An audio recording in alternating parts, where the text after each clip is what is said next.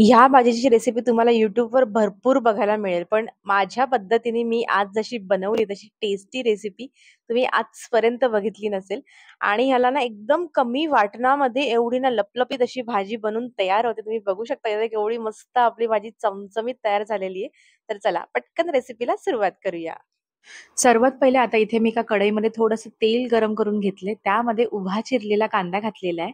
कांदा आपल्याला छान असा मस्त गुलाबी होईपर्यंत परतवून घ्यायचा आहे. जेणेकरून कांद्याचा कच्चेपणा आहे ना, तो सर्व निघून गेला पाहिजे. आपल्याला ना इथे एक वाटण करायचे. त्याकरता इथे मी इथे उभा कांदा चिरून घेतलेला आहे आणि त्याचं वाटण करून घेते. तुम्ही बघू शकता आता इथे आपला कांदा छान परतवून झालेला आहे. आता ह्यामध्ये मी घालते आलं, लसूण आणि एक हिरवी मिरची. तुम्ही तुमच्या तिखटनुसार इथे हिरवी मिरची ॲडजस्ट करू शकता. तर आता कांदा, लसूण आणि हिरवी मिरची घातल्याच्या नंतर आपल्याला परत एकदा व्यवस्थित हे असं पुन्हा परतवून घ्यायचे. तर हे बघा आता व्यवस्थित आपलं छान परतवून झालेलं आहे. आता गॅस बंद करून आहे ना, आपल्याला हे वाटण आहे ना, छान थंड करून मिक्सरला याची बारीक पेस्ट करून घ्यायची. त्यानंतर त्याच कढईमध्ये मी अजून परत थोडंसं तेल घातलंय. त्यामध्ये मी घालते थोडंसं हिंग. हिंगाची फोडणी ना खूप छान लागते. त्याचबरोबर इथे मी घालते थोडंसं जिरं. जिरं आपल्याला छान मस्त तडतडू द्यायचे. आता त्यामध्ये आपल्याला घालायचे बारीक केलेलं आपलं वाटण. आता तुम्हाला जर वाटण करायचं नसेल तर तुम्ही डायरेक्ट फक्त बारीक चिरलेला कांदा घातला तरी चालेल, पण मी थोडंसं वाटण घातलंय. आता हे वाटण आपल्याला व्यवस्थित असं परतवून घ्यायचं. जास्त वाटण परतवायची गरज नाहीये, कारण का आपण कांदा ऑलरेडी परतवलेला होता. आता यामध्ये आपण घालूया बारीक चिरलेले टोमॅटो. टोमॅटो घालून सुद्धा पुन्हा एकदा आपल्याला असं व्यवस्थित परतवून घ्यायचे. आता यामध्ये आपल्याला घालायचे मसाले. त्यामध्ये फक्त हळद आणि आपला घरगुती मसाला असतो ना, तो इथे वापरला तरी चालेल. तर मी तोच वापरते.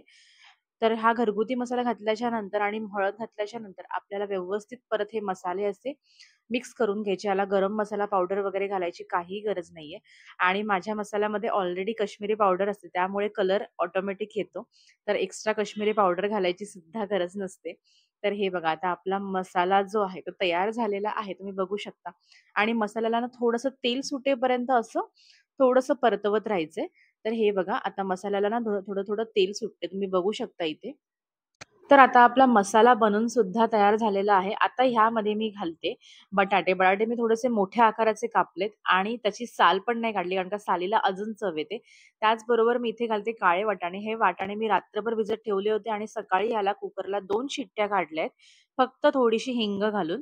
तर हे बघा आपले वाटाणे पण केवढे छान शिजलेले आहेत. आणि जर तुमचे वाटाणे ते शिजत नसतील तर तुम्ही तिथे थोडासा बेकिंग सोडा घालू शकता. तर आता वाटाणे आणि मसाले छान असं मस्त मिक्स करून घेऊया आपण.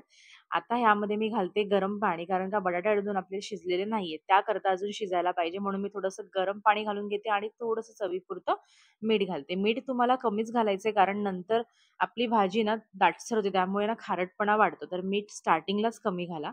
तर हे बघा आता व्यवस्थित आपल्याला मिक्स करून आहे ना, एक 10 मिनिटं झाकण लावून ह्याची ना छान मस्त अशी उकळ काढून घ्यायची. आता मी झाकण काढलेलं आहे आणि तुम्ही बघू शकता आपली भाजी केवढी घट्टसर झालेली आहे. पाणी बऱ्यापैकी दाटलेलं आहे. आता ह्यामध्ये ना मला थोडंसं अजून आहे ना पाणी थोडंसं कमी पाहिजे.